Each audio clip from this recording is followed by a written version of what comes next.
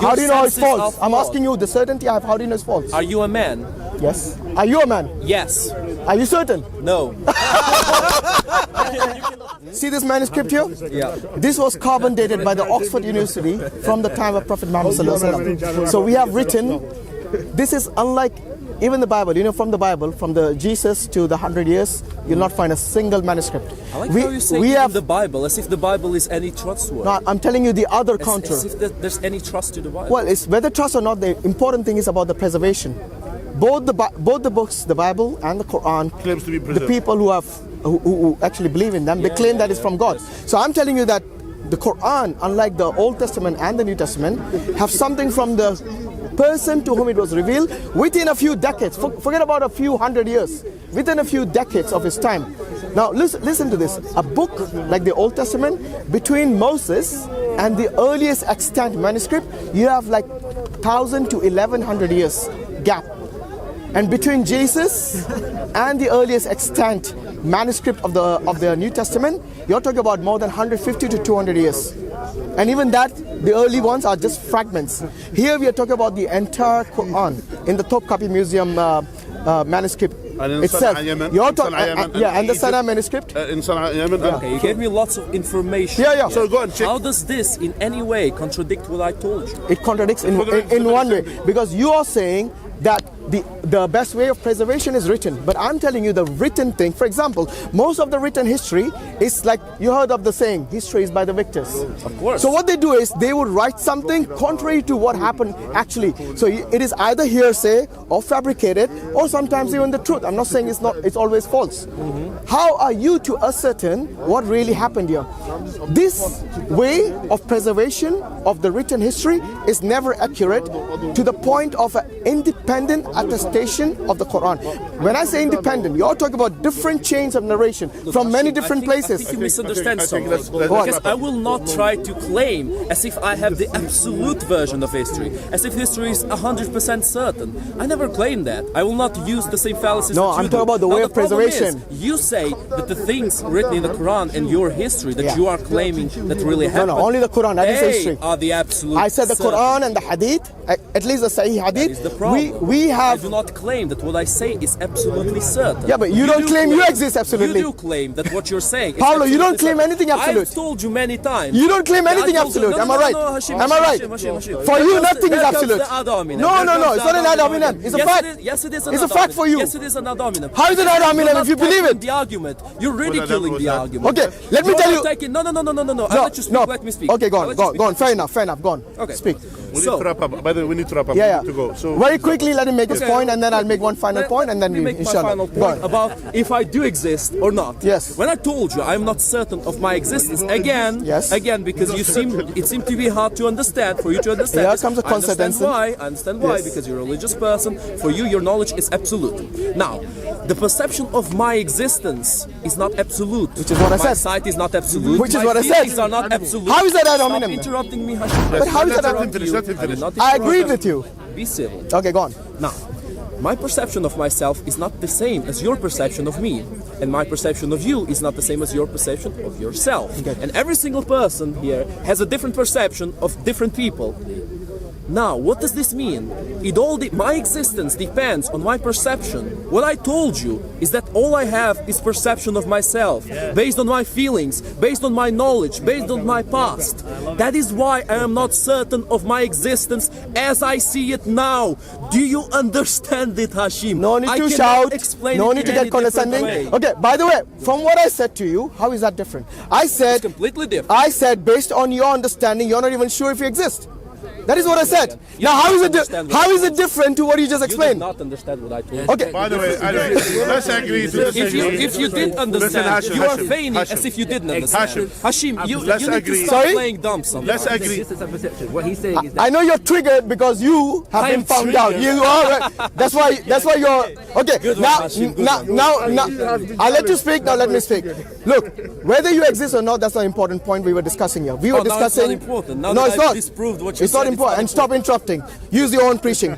Okay. Now what I'm saying is this: if history cannot be certain because it's written either by victors, it can be manipulated, it can be fabricated, and it can even be correct in certain cases. But I want you, now this is for you, because I've given the reason why I believe the Quran and the Hadith, yes, the Sahih Hadith, are accurate and cannot be altered based on the stringent science of collection of the Hadith and the stringent science of the collection and preservation of the Quran.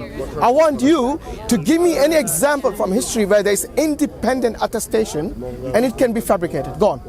You have such a ridiculous lack of self-awareness. You claim that history is not certain because it's written by people and it's distorted by the victor. Is that what I said? But yes, it's is that what I said? What you said. It's exactly what I said. That history is written by the victor and thus it is distorted. Was that the only thing I said? Distorted. That's one of the things that you said. And I also said it can be accurate. Remember? Hashim, so don't. No. You are misquoting me now. You are misquoting. Okay. Anyway. Listen, Hashim, you're the one who's getting triggered on. Answer my question next time if you have an answer. Otherwise, we leave it there. Because I said history can be fabricated, it can be changed, it's written by victors, and it's also accurate. But he only picked up on one of those points, and that is very, very insincere of you. It's not absolutely accurate. There is a possibility that parts of history are not exactly what happened. That's what I said. That is why we need That's to exactly see what I said. different sources. Pavlov. That is why I told you the book that I quoted to you recites the Muslim scholars and the Christian scholars, and it tries to kind of put them together. What was actually relatively possible to happen. Who is that person? Do you know him? Okay, the book that I... Not the book, the author. Do you know the author? I didn't write down the author. No, you don't have to. It's called In God's Path. Yeah, but if you don't know the author, if you don't know the author, then if you don't know the author, then I can only say that. Look, am I obligated to know the author? No, I know the title. You know, I'm not saying what you're obligated and what you're not obligated. What I'm saying is that when you read a book, at least you should know if the author is reliable. Okay, if the author is not reliable, he's not someone who's a professional in understanding the preservation of the Quran or preservation of the Bible. If he's talking about that, then he's not someone who's professional.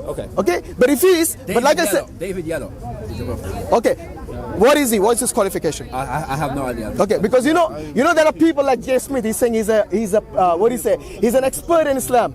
So people claim many things, but unless we see the credentials, there's no way to know these This is things. the Scotsman fallacy. Every time somebody puts you in front of a fact that you don't like, you will say that's not real Islam. But that's not real Islamic history. That's whitewashing. That is.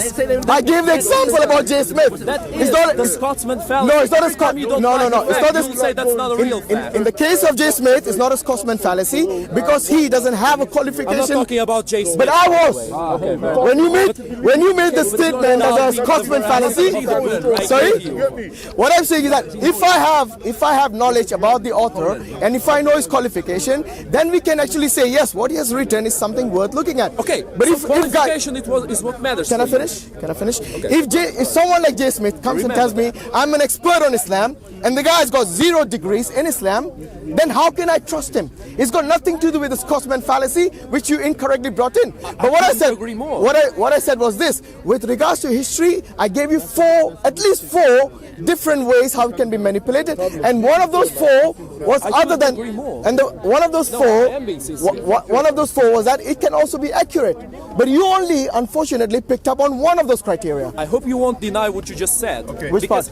The part that if you don't have a degree in something, you cannot really talk about it. If you don't study something, you cannot really talk about it too much. Now, based on that, why would you believe Muhammad, who was illiterate? Okay, first and foremost, what does illiterate mean? Illiterate means somebody who doesn't know how to write. Someone who cannot write. Can he memorize and speak things? You are missing my point. Can you answer the question? No, calm down. Just answer him. Yeah. Listen, you told me that the more studies, the more knowledge somebody amasses, the more trustworthy they are. I could not agree more. Yes. Now, if that is the main point why you qualify knowledge, why do you trust Muhammad, who had no knowledge whatsoever? Coming from an agnostic, that's a good question. Okay, there you go. It's a good question. Yes? Do you believe in messengers getting revelation from God? Possibly, at least. No, because you're not sure if God exists. You're agnostic. Yes. Okay? Good. Now, that is the difference between someone who claims to have prophecy someone who claims to be a messenger and getting revelation. You know the difference between someone who is a layman or someone who is even educated, yes, and someone who claims to be messenger. We don't equate them all together the same. So a messenger, we test them for the prophecies, we test them based on the miracles that God has provided them. We don't just accept just because he claims to be a prophet of God, we accept him as a prophet of God. God has given us the ability and the criteria how to identify true and false prophets, and this goes in all the Abrahamic faiths. We have this criteria. So does that answer your question? Okay, so it's got nothing to do with literacy. The ones who choose who speaks for God and who's just illiterate. So who God, it doesn't matter if and the people are trustworthy. No, it's not about illiterate. The choice whether we can trust an illiterate person from the desert or we cannot trust the illiterate person from the desert. I think you did not either listen to me or you did not understand what I said. I did listen to you, but the problem is that I do not trust when a person tells me he's the messenger. Paulo, listen to this. If someone does a miracle in front of you, yes, which you cannot even accept or understand scientifically. For example, in the case of Moses, he split the Red Sea. Maybe you don't believe that to be historical fact, but the thing is that if you had seen it with your own eyes, would you believe it? Why don't you believe in the Iliad? What Iliad? In the Iliad, you don't know. You gave me. I know, but what about the Iliad? The Odyssey is another thing. The Odyssey is different. What about the Iliad? The Iliad, the Trojan War, the Iliad, right? What about that? Let's talk about it. It's about Greek mythology, how the Greek gods came from the skies and helped the Greeks win the war against the Trojans. Some gods were supporting the Trojans, some gods were defending the Greeks. I did read it in very big detail. Do I believe it? No, of course not. Okay, so you're asking. Story for children. So you're asking me why I don't believe it? Why do you Should I tell you why? In the Quran and you don't believe in the Iliad? First and foremost, we were talking about the Prophet Muhammad being unlettered, and why I don't believe. I don't know how you jumped to the Iliad. It's got no connection because one mythology. No, like no. The Quran is not the mythology. A mythology is something like the Greek mythologies, where you have multiple gods telling you different things, and they fight each other to win. In the case of Islam, if you believe in a polytheism, that itself is contrary to the belief in one God. And do you know why? Allah gives us a reason in the Quran itself, that if you have two mighty beings, both of them claiming to be God, then who is the most powerful? Who is going to have the upper hand or the say as the last say? Say for example, one God said, I want sunset now, and the other God, who's equally powerful, says, no, I want sunrise now. What will happen? Clearly they'll have a clash, and that is exactly what happened in the Hindu mythology, where the gods fought each other, and the Greek mythology, where the gods fought each other. And that is the reason I don't believe in the Iliad. Does that answer your question? So you don't believe in the Iliad while believing in the Quran? Yes. Just because the Quran has one God instead of having many? Yes. So it's not only that's not the only reason. Okay. That's not the, I can give you many other reasons. I can give you many other reasons. By the way, a Jew by definition is someone who believes in one God already. Yes. A Jew by definition doesn't believe in Jesus as a Messiah and Prophet Muhammad. I can't hear you over the balaclava. Could you take it off, please? Okay. Don't worry about faith. Yeah, I think it's. I don't worry. I just can't hear you. Okay. So Prophet Muhammad sallallahu alaihi wasallam, and even Jesus and even Moses, all of them, they had the test of prophethood in terms of the message, in terms of the, and they were all given this special favor by God of doing miracles to prove to people like you, yes, and specifically like you, I'm saying the reason, those who are hyper skeptical, yes, and it is something which we find in many other people, that they will be skeptical. In fact, I will be skeptical if somebody comes and tells me that I'm a prophet or someone being elected by God, because a prophet is someone who's chosen by God to do things for him. He himself will not believe it first. You know, the Prophet ﷺ, when he got the first revelation, he was reluctant. That no, I don't want this. I don't want a part of this, because this is something that is very, very difficult. Even Prophet Moses, you know, all the prophets, they had a lot of tests before they were chosen to be someone who represents God. And these people, they themselves were, just like you are being skeptical, they themselves were skeptical about their own self. That maybe, no, I'm listening to things, I'm hearing things. Some of them said, no, maybe I'm listening to some spirits. They themselves were questioning God this. Speaks to you, I think you should question your sanity before you trust what God tells you to do. Well, I think you should question your sanity if you think we came from nowhere. Okay, so if you think that it came from God, you shouldn't question. You should just do I'm saying once you have established oneness of God and belief in God, then things fall in place very nicely about the universe and everything. But you trust me, if you are not going to believe in God, until you go to your grave, you'll be hyper skeptical, and you'll not have peace in your mind. Nothing wrong with that. There will be after you open your eyes. I'm not looking for peace. I'm looking for better knowledge, and that is why you will never understand, because you don't understand the main thing about what I'm saying, which is uncertain truths will always triumph over certain lies. Uncertain truths. How can it will be? always triumph over How do you certain know the lies. uncertainty is the truth?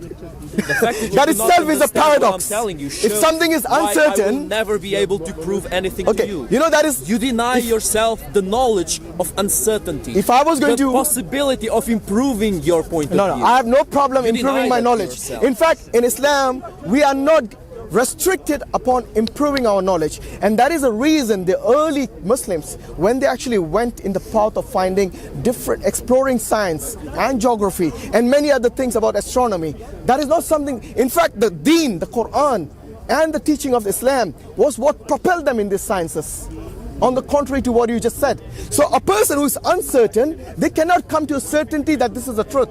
Okay, so like Pavlov here is not certain whether he exists. I know I keep bringing The this, fact that I'm but this uncertain makes me have much more knowledge than your false certainty. Well, how do your you- feeling of false certainty is you thinking you understand all the world. how do you well, know it's false? How do you know it's false? don't, because your feelings are flawed. No, Your how do you know it's senses false? are I'm flawed. asking you the certainty I have. How do you know it's false? Are you a man? Yes. Are you a man? Yes. Are you certain? No. you see, this is Actually, right. this is the dominant. This is where the dominant. Are you a comes woman? From. This is where the dominant comes from. Are you a woman? Hashim, Are you a woman? Hashim, stop Are with you the a woman? dominant. Stop with the Are you a woman? Stop with the Are you a dominant. woman? Are you a woman? I'm not a woman. How are you sure you're not? Because my DNA says so. How do you know your DNA? Because I've checked You've my checked. DNA. Yes. Have you seen your DNA? Have you felt your DNA? That's a ridiculous how do you know statement to the make. thing written is your DNA? By the way, do you know in a male and female, in a male, wait, in a male and female, you can tell by the DNA whether it's XY chromosomes and it's XX chromosomes. Which one do you have? I am doubtful that he exists. Shall I go? Well, I'm doubtful he's a man, which he said himself. Well, I know hyper-skeptical always will be hyper-skeptic. Do you want to speak with confidence like these amazing personalities? Every single one of these amazing speakers have taken the same program with Brother Muhammad Arshad. Muhammad Arshad has helped develop all of us. It's extremely beneficial to do this course. Definitely recommend this course. Expect to become a better communicator and understanding the underpinnings of effective communication. Go to DawahConfidence.com now to access the free life-changing training now.